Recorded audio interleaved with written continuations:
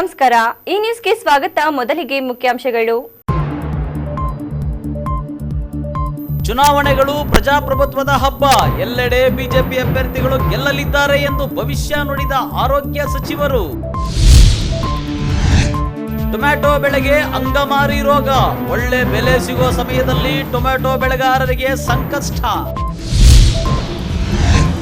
ಬೆಂಗಳೂರು ಗ್ರಾಮಾಂತರ ಜಿಲ್ಲೆಯಾದ್ಯಂತ ಶಿಕ್ಷಕರ ಕ್ಷೇತ್ರಕ್ಕೆ ಮತದಾನ 4ನೇ ಬಾರಿ ಗೆಲ್ಲುತ್ತೇನೆ ಎಂದು ವಿಶ್ವಾಸ ವ್ಯಕ್ತಪಡಿಸಿದ ಪುಟ್ಟಣ್ಣ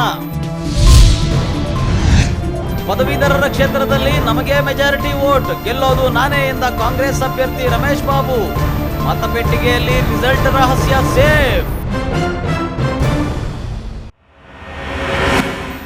ವಾರ್ತೆಗಳ ವಿವರ ಚುನಾವಣೆಗಳು ಪ್ರಜಾಪ್ರಭುತ್ವದ ಹಬ್ಬ. ಈ ಹಬ್ಬದಲ್ಲಿ ಪ್ರತಿಯೊಬ್ಬ ಪ್ರಜೆಯೂ ಉತ್ಸಾಹದಿಂದ ಪಾಲ್ಗೊಳ್ಳಬೇಕು. ವಿಧಾನ ಪರಿಷತ್ತಿನ ಆಗ್ನೇಯ ಪದವೀಧರ ಕ್ಷೇತ್ರದ ಚುನಾವಣೆಗೆ ಇಂದು ನಡೆಯುತ್ತಿರುವ ಮತದಾನದಲ್ಲಿ ಪಾಲ್ಗೊಂಡು ನನ್ನ ಹಕ್ಕು ಚಲಾಯಿಸಿದ್ದೇನೆ. ಮತಕೇಂದ್ರದಲ್ಲಿ ಮಾಸ್ಕ್ ಧರಿಸುವುದು, ಭೌತಿಕ ಅಂತರ ಕಾಯ್ದುಕೊಂಡು ಕೊರೋನಾ ಹರಡದಂತೆ ಮುನ್ನೆಚ್ಚರಿಕೆಗಳನ್ನು ಪಾಲಿಸಲು ಮರೆಯಬೇಡಿ ಎಂದು ಆರೋಗ್ಯ ಸಚಿವ ಡಾಕ್ಟರ್ ಕೆ ಸುಧಾಕರ್ ಹೇಳಿದರು.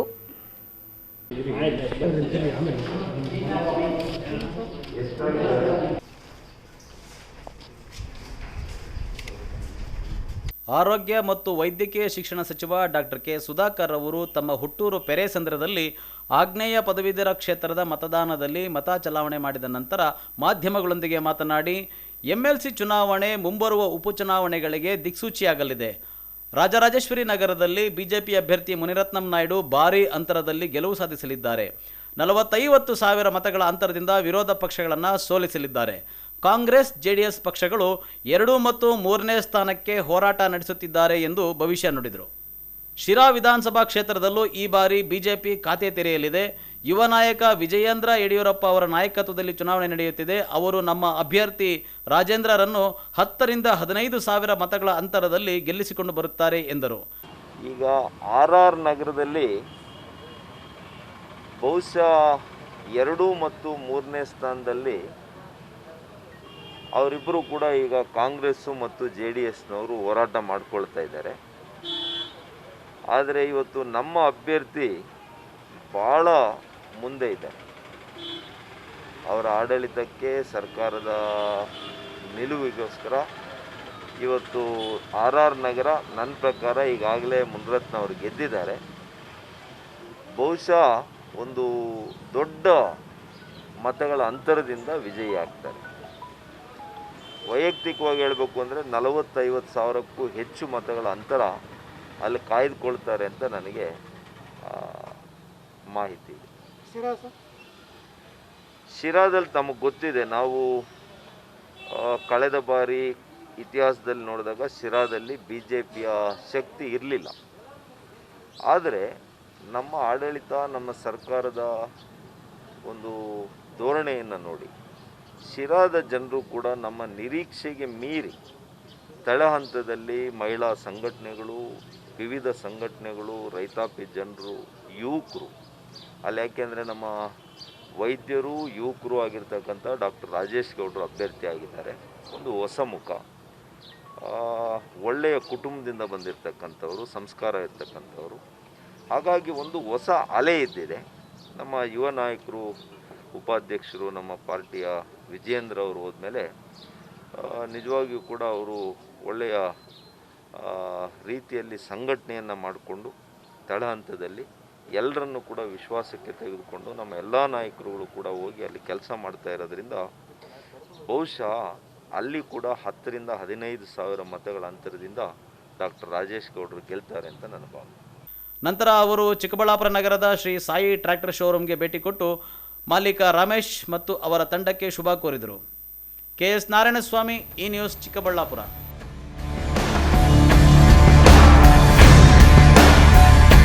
ಕೋಲಾರ ಜಿಲ್ಲೆಯಲ್ಲಿ ಟೊಮೆಟೊ ಬೆಳೆಗಾರರು ಸಂಕಷ್ಟಕ್ಕೆ ಸಿಲುಕಿದ್ದಾರೆ. ಟೊಮೆಟೊ ಬೆಳೆಗೆ ಅಂಗಮಾರಿ ರೋಗ ಬಂದಿರೋದ್ರಿಂದ ರೈತರು ಆತಂಕಕ್ಕೆ ಒಳಗಾಗಿದ್ದಾರೆ. ಸಾಲ ಮಾಡಿ ಟೊಮೆಟೊಗೆ ಬಂಡವಾಳ ಹೂಡಿರುವ ಬೆಳೆಗಾರರು ಇದೀಗ ತಲೆ ಮೇಲೆ ಕೈ ಹೊತ್ತುಕೊಂಡು ಕುಳಿತುಕೊಳ್ಳುವ ಪರಿಸ್ಥಿತಿ ಬಂದಿದೆ.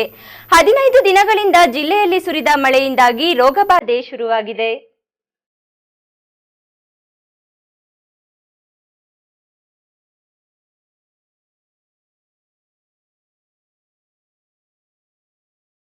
ಕೋಲಾರ ಜಿಲ್ಲೆಯಲ್ಲಿ 40,000 ಹೆಕ್ಟೇರ್ಗೂ ಅಧಿಕ ಎಕರೆಯಲ್ಲಿ ಟೊಮ್ಯಾಟೊ ಬೆಳೆಯುತ್ತಾರೆ. ಇಲ್ಲಿ ಬೆಳೆಯುವ ಟೊಮ್ಯಾಟೊ ನಮ್ಮ ದೇಶ ಅಲ್ಲದೆ ವಿದೇಶದ ನಾನಾ ಭಾಗಗಳಿಗೂ ರವಾನೆಯಾಗುತ್ತದೆ. ನದಿ ನಾಲೆಗಳಿಲ್ಲದ ಈ ಕೋಲಾರ ಜಿಲ್ಲೆಯಲ್ಲಿ ನೀರು ಪಾತಾಳ ಸೇರಿದ್ರೂ ಬೆವರು ಹರಿಸಿ ಬೆಳೆ ತೆಗೆಯುತ್ತಾರೆ. ಇಂತಹ ಪರಿಸ್ಥಿತಿಯಲ್ಲಿ ಟೊಮ್ಯಾಟೊಗೆ ಇದೀಗ ಮಾರುಕಟ್ಟೆಯಲ್ಲಿ ಒಳ್ಳೆಯ ರೇಟ್ ಇದೆ.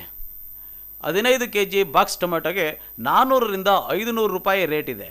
ಆದರೆ ಇತ್ತೀಚೆಗೆ ಜಿಲ್ಲೆಯಲ್ಲಿ ಸುರಿದ ಮಳೆಯಿಂದಾಗಿ ಟೊಮ್ಯಾಟೊ ಬೆಳೆಗೆ ಅಂಗಮಾರಿ ಜೊತೆಗೆ ಚುಕ್ಕೆ ರೋಗ ಕೂಡ ಬಂದಿದೆ. ಕೋಲಾರ ಜಿಲ್ಲೆಯಲ್ಲಿ ಮಳೆ ಬೀಳೋದೇ ಅಪರೂಪ ಅನ್ನೋ ಪರಿಸ್ಥಿತಿ 20 ವರ್ಷಗಳಿಂದಲೂ ಇದೆ. ವಾಸ್ತವಾಂಶ ಹೀಗಿರುವಾಗ ಕಳೆದ 15 ದಿನಗಳಿಂದ ಜಿಲ್ಲೆಯ ಹಲವಾರು ಭಾಗಗಳಲ್ಲಿ ಮೋಡ ಕವಿದ ವಾತಾವರಣ ಜೊತೆಗೆ ಮಳೆಯೂ ಆಗುತ್ತಿತ್ತು. ಇದರಿಂದಾಗಿ ಬಿಸಿಲಿಗೆ ಉತ್ತಮವಾಗಿ ಸ್ಪಂದಿಸುವ ಟೊಮ್ಯಾಟೊ ಬೆಳೆಯು ಈಗಿನ ವಾತಾವರಣದ ವೈಪರೀತ್ಯದಿಂದಾಗಿ ನಲುಗಿದೆ. ಅಂಗಮಾರಿ ಚುಕ್ಕೆ ರೋಗಕ್ಕೆ ತುತ್ತಾಗೋದ್ರ ಮೂಲಕ ಟೊಮ್ಯಾಟೊ ಬೆಳೆಗಾರರನ್ನು ಸಂಕಷ್ಟಕ್ಕೆ ತಳ್ಳಿದೆ. ಟೊಮ್ಯಾಟೋಗೆ ಮಾರುಕಟ್ಟೆಯಲ್ಲಿ ಒಳ್ಳೆ ಬೆಲೆ ಇದೆ. ಇವತ್ತು ಸುಮಾರು ಒಂದು 500ರಿಂದ 600 ರೂಪಾಯಿ ಒಂದು ಬಾಕ್ಸಿಗಿದೆ. ಆದರೆ ಈ ಟೊಮ್ಯಾಟೋಗೆ ಇತ್ತೀಚೆಗೆ ಬಿದ್ದಂಥ ಮಳೆಯಿಂದ ಆಗಿಬಿಟ್ಟು ಈ ಅಂಗಮಾರಿ ರೋಗ ಬಂದು ರೈತರು ಬೆಳೆಗಳೆಲ್ಲ ಹಾಳು ಮಾಡ್ಕೊಂಡಿದ್ದಾರೆ. ಈ ಮಳೆಯಿಂದ ಸಾಕಷ್ಟು ಬೆಳೆ ನಷ್ಟ ಆಗಿದೆ. ಈ ಬೆಲೆ ಇದ್ದರೂ ಕೂಡ ಬೆಳೆ ಇಲ್ಲದೆ ಇವತ್ತು ಕೈ ಕಚ್ಚುವಂತಾಗಿದೆ. ಆ್ಯಕ್ಚುಲಾಗಿ ಈ ಟೊಮೆಟೊ ಬೆಳೆ ಉತ್ತಮವಾದಂಥ ವಾಣಿಜ್ಯ ಬೆಳೆ. ಇಲ್ಲಿ ಅಷ್ಟೋ ಇಷ್ಟೋ ರೈತರಿಗೆ ಕಾಸು ಬರ್ತದೆ ಅಂದರೆ ಅದು ಟೊಮೆಟೊ ಬೆಳೆ ಮಾತ್ರ. ಸೊ ಈ ಬೆಳೆಗೆ ಸುಮಾರು 1.5 ಲಕ್ಷದಿಂದ 2 ಲಕ್ಷ ಒಂದು ಎಕರೆ ಖರ್ಚು ಮಾಡ್ತಾರೆ. ಅಷ್ಟು ಖರ್ಚು ಮಾಡಿದ್ರೂ ಸುಮಾರು ಒಂದು 10-12 ಲಕ್ಷ ಬರ್ತಾ ಇತ್ತು ಲಾಭ. ಆದರೆ ಇವತ್ತು ಏನಾಗಿದೆ, ಅಂಗಮಾರಿ ರೋಗ ಬಂದು ರೈತರು ತೀವ್ರ ನಷ್ಟವನ್ನು ಅನುಭವಿಸ್ತಾ ಇದ್ದಾರೆ. ಈ ಇಡೀ ಜಿಲ್ಲೆಯಲ್ಲಿ ಈ ಒಂದು ಸೀಸನಲ್ಲಿ ಒಂದು ಒಳ್ಳೆ ಮಾರುಕಟ್ಟೆ ಸಿಗ್ತಾಯಿತ್ತು. ಲಕ್ಷಾಂತರ ರೂಪಾಯಿ ಖರ್ಚು ಮಾಡಿ ಬೆಳೆದ ಬೆಳೆ ನೀರಿನಲ್ಲಿ ಹೋಮ ಮಾಡಿದಂತಾಗಿ ಟೊಮ್ಯಾಟೊ ತೋಟಗಳಲ್ಲೇ ಕೊಳೆಯುವಂತಾಗಿದೆ. ಕೋಲಾರ ಜಿಲ್ಲೆಯ ಟೊಮ್ಯಾಟೊಗೆ ಪ್ರಸ್ತುತ ಭರ್ಜರಿ ಬೇಡಿಕೆ ಇದೆ. ಆದರೆ 15 ದಿನಗಳಿಂದ ಜಿಲ್ಲೆಯಲ್ಲಿ ಸುರಿದ ಮಳೆಯ ಪರಿಣಾಮ ಶೀತ ವಾತಾವರಣದಿಂದ ಟೊಮ್ಯಾಟೊ ಬೆಳೆಗೆ ಅಂಗಮಾರಿ ಚುಕ್ಕೆ ರೋಗ ಬಾಧಿಸುತ್ತಿದೆ. ಒಂದೆಡೆ ಗುಣಮಟ್ಟದ ಟೊಮ್ಯಾಟೊಗೆ ಬಂಗಾರದ ಬೆಲೆ ಇದ್ದರೆ ರೋಗ ಪೀಡಿತ ಟೊಮ್ಯಾಟೊವನ್ನು ರೈತರು ಬೀದಿಗೆ ಸುರಿದು ಹೋಗುತ್ತಿದ್ದಾರೆ. ಒಟ್ನಲ್ಲಿ ಕೋಲಾರ ಜಿಲ್ಲೆಯ ಟೊಮ್ಯಾಟೊ ಬೆಳೆಗೆ ಒಕ್ಕರಿಸಿರುವ ಅಂಗಮಾರಿ ರೋಗಬಾಧೆ ಕಾಟದಿಂದ ಬೆಳೆಗಾರರಿಗೆ ಮುಕ್ತಿ ಸಿಗಲಿ ಅನ್ನೋದು ರೈತರ ಆಶಯವಾಗಿದೆ. ಈ ನ್ಯೂಸ್ ಬ್ಯೂರೋ, ಕೋಲಾರ.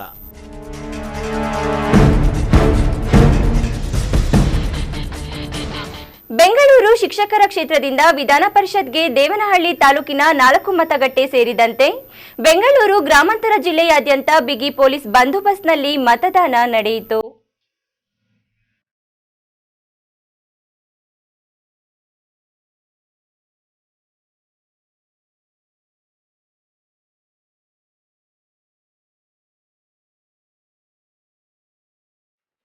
ಶಿಕ್ಷಕರ ಕ್ಷೇತ್ರದ ವಿಧಾನ ಪರಿಷತ್ ಚುನಾವಣೆಗಾಗಿ ಬೆಂಗಳೂರು ಗ್ರಾಮಾಂತರ ಜಿಲ್ಲೆಯಲ್ಲಿ 17 ಮತಕೇಂದ್ರಗಳನ್ನು ಸ್ಥಾಪಿಸಲಾಗಿತ್ತು. ಜಿಲ್ಲೆಯಲ್ಲಿ ಒಟ್ಟು 2668 ಶಿಕ್ಷಕ ಮತದಾರರಿದ್ದು ಬೆಳಿಗ್ಗೆ 8 ಗಂಟೆಗೆ ಪ್ರಾರಂಭವಾದ ಮತದಾನ ಸಂಜೆ 5ರವರೆಗೆ ಶಾಂತಿಯುತವಾಗಿ ನಡೆಯಿತು. ಒಂದು ಬೂತ್ಗೆ 7 ಸಿಬ್ಬಂದಿಗಳನ್ನು ನಿಯೋಜಿಸಿದ್ದು ಅದರಲ್ಲಿ 2 ಪೊಲೀಸ್ ಸಿಬ್ಬಂದಿ ಹಾಗೂ ಆರೋಗ್ಯ ಸಿಬ್ಬಂದಿಯೊಬ್ಬರನ್ನ ನಿಯೋಜಿಸಲಾಗಿತ್ತು. ಕೊರೋನಾ ಇರುವ ಹಿನ್ನೆಲೆಯಲ್ಲಿ ಎಲ್ಲ ಮುಂಜಾಗ್ರತಾ ಕ್ರಮಗಳನ್ನು ಕೈಗೊಂಡು ಮತದಾನ ಮುಂದುವರಿಯಿತು.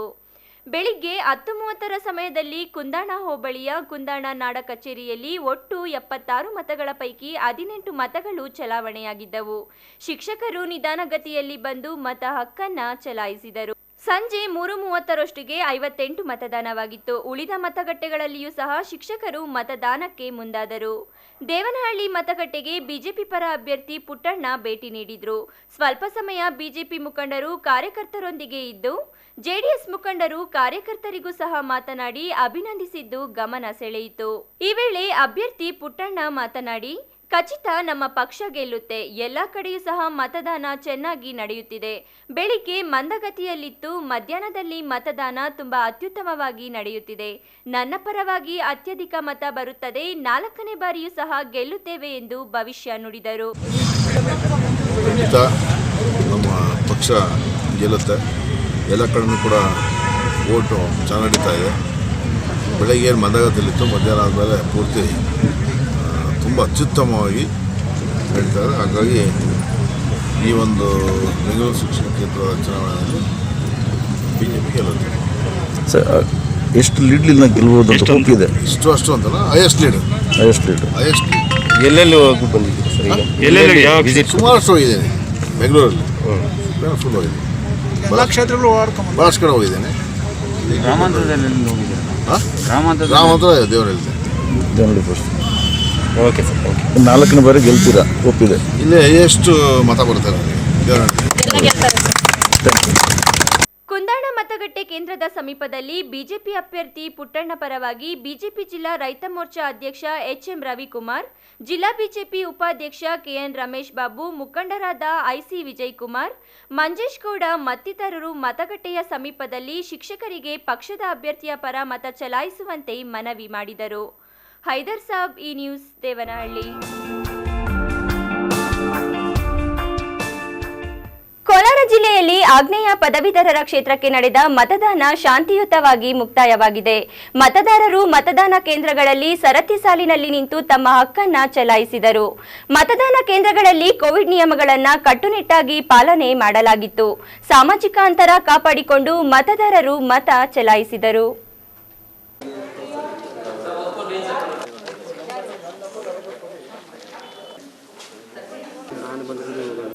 ಆಗ್ನೇಯ ಪದವೀಧರ ಕ್ಷೇತ್ರಕ್ಕೆ ನಡೆದ ಚುನಾವಣೆಯಲ್ಲಿ ಕೋಲಾರ ಜಿಲ್ಲೆಯ 27 ಮತಗಟ್ಟೆಗಳಲ್ಲಿ ಮತದಾನ ಬೆಳಗಿನಿಂದ ಸಂಜೆಯವರೆಗೂ ಜೋರಾಗಿ ನಡೆಯಿತು. ಯಾವುದೇ ರೀತಿಯ ಅಕ್ರಮಗಳಿಗೆ ಅವಕಾಶವನ್ನು ಜಿಲ್ಲಾಡಳಿತ ಮಾಡಿಕೊಡಲಿಲ್ಲ. 15 ಅಭ್ಯರ್ಥಿಗಳು ಕಣದಲ್ಲಿದ್ದ ಆಗ್ನೇಯ ಪದವೀಧರ ಕ್ಷೇತ್ರದಲ್ಲಿ ಕೋಲಾರ ಜಿಲ್ಲೆಯಲ್ಲಿ 21,000 ಮತದಾರರಿದ್ದು 70% ಮಂದಿ ಮತ ಚಲಾಯಿಸಿದರು. ಮತದಾನ ಕೇಂದ್ರಕ್ಕೆ ಚುನಾವಣಾ ವೀಕ್ಷಕರು ಹಾಗೂ ಜಿಲ್ಲಾಧಿಕಾರಿ ಸತ್ಯಭಾಮ ಅವರು ಭೇಟಿ ಕೊಟ್ಟು ಪರಿಶೀಲನೆ ನಡೆಸಿದರು. ಚುನಾವಣೆ ಬಹಳ ಸರಾಗವಾಗಿ ಸಾಂಗವಾಗಿ ನಡೀತಾ ಇದೆ. ಇಲ್ಲಿ ಜೂನಿಯರ್ ಕಾಲೇಜು ಈ ಒಂದು ಪ್ರಿಮೈಸಲ್ಲಿ ಒಟ್ಟು 4 ಮತಗಟ್ಟೆಗಳಿದೆ. 4 ಮತಗಟ್ಟೆಗಳಲ್ಲಿ 1009 voters in each polling station ಇದೆ.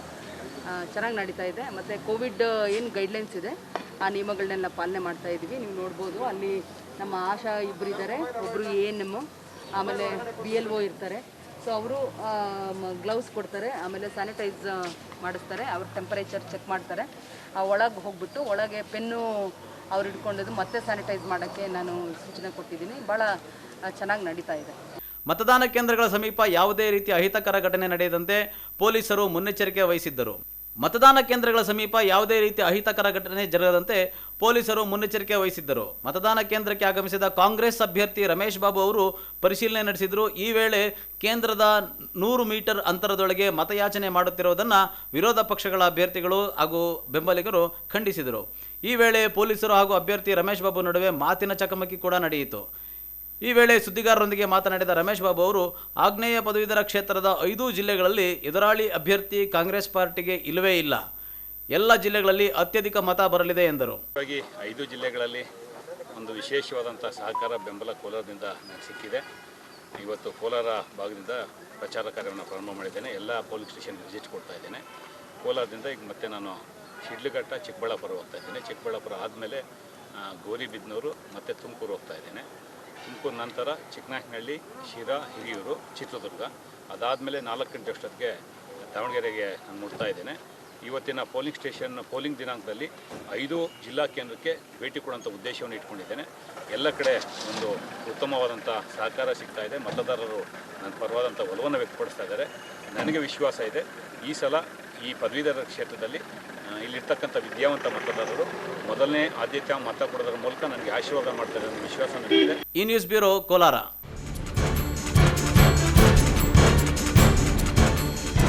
ಇದೀಗ ಸಂಕ್ಷಿಪ್ತ ಸುದ್ದಿಗಳು.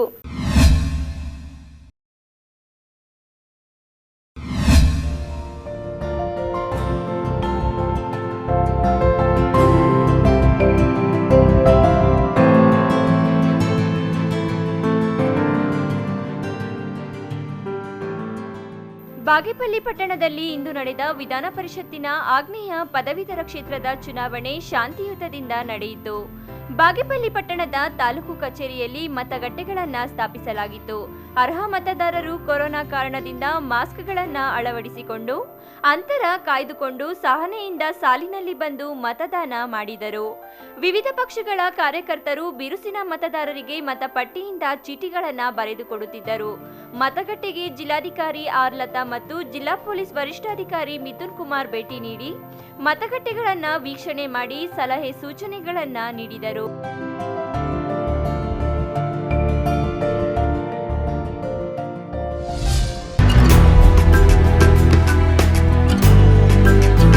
ಗುಡಿಬಂಡೆ ತಾಲೂಕಿನಲ್ಲಿ ಆಗ್ನೇಯ ಪದವೀಧರರ ಚುನಾವಣೆಯಲ್ಲಿ ಪದವೀಧರ ಮತದಾರರು ಶೇಕಡ 84.05 ಮತದಾನ ದಾಖಲು ಮಾಡಿದ್ದಾರೆ ಎಂದು ಚುನಾವಣಾಧಿಕಾರಿ ಸಿಗ್ಬತುಲ್ಲಾ ತಿಳಿಸಿದ್ದಾರೆ. ಗುಡಿಬಂಡೆ ಪಟ್ಟಣದ ಮಿನಿ ವಿಧಾನಸೌಧದಲ್ಲಿ ಬುಧವಾರ ನಡೆದ ಆಗ್ನೇಯ ಪದವೀಧರರ ಚುನಾವಣೆಯಲ್ಲಿ ಒಟ್ಟು 602 ಮತದಾರರು ಇದ್ದು, ಇದರಲ್ಲಿ ಪುರುಷ ಮತದಾರರು 333, ಮಹಿಳಾ ಮತದಾರರು 173, ಒಟ್ಟು 506 ಮತಗಳನ್ನು ಚಲಾವಣೆ ಮಾಡಿದ್ದಾರೆ. ಬೆಳಗ್ಗೆ 8 ಗಂಟೆಯಿಂದ ಪ್ರಾರಂಭವಾದ ಮತದಾನ ಸಂಜೆ 5 ಗಂಟೆಯವರೆಗೂ ನಡೆಯಿತು. ಪುರುಷರು ಮತ್ತು ಮಹಿಳೆಯರು ಪ್ರತ್ಯೇಕವಾಗಿ ಕ್ಯೂನಲ್ಲಿ ನಿಂತು ಮತವನ್ನು ಚಲಾವಣೆ ಮಾಡಿದರು. ಕೇಂದ್ರದ ಬಳಿ ಪೊಲೀಸ್ ಬಂದೋಬಸ್ತ್ ಮಾಡಲಾಗಿತ್ತು. ಪೆಂಡಾಲ್ ಮತ್ತು ಚೇರ್ಗಳನ್ನು ಹಾಕಿಕೊಂಡು ಬೆಂಬಲಿಗರು ಅಭ್ಯರ್ಥಿಗಳ ಪರ ಮತವನ್ನು ಕೇಳಿಕೊಂಡರು. ಮತದಾನ ಕೇಂದ್ರಕ್ಕೆ ಜಿಲ್ಲಾಧಿಕಾರಿ ಆರ್ ಲತಾ ಹಾಗೂ ಜಿಲ್ಲಾ ಪೊಲೀಸ್ ವರಿಷ್ಠಾಧಿಕಾರಿ ಮಿಥುನ್ ಕುಮಾರ್ ಭೇಟಿ ನೀಡಿ ಪರಿಶೀಲನೆ ನಡೆಸಿದರು. ಯಾವುದೇ ಅಹಿತಕರ ಘಟನೆಗಳು ನಡೆಯದೆ ಸುಸೂತ್ರವಾಗಿ ಮತದಾನ ನಡೆಯಿತು.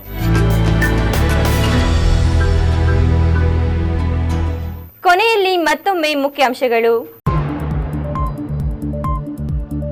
ಚುನಾವಣೆಗಳು ಪ್ರಜಾಪ್ರಭುತ್ವದ ಹಬ್ಬ. ಎಲ್ಲೆಡೆ ಬಿಜೆಪಿ ಅಭ್ಯರ್ಥಿಗಳು ಗೆಲ್ಲಲಿದ್ದಾರೆ ಎಂದು ಭವಿಷ್ಯ ನುಡಿದ ಆರೋಗ್ಯ ಸಚಿವರು.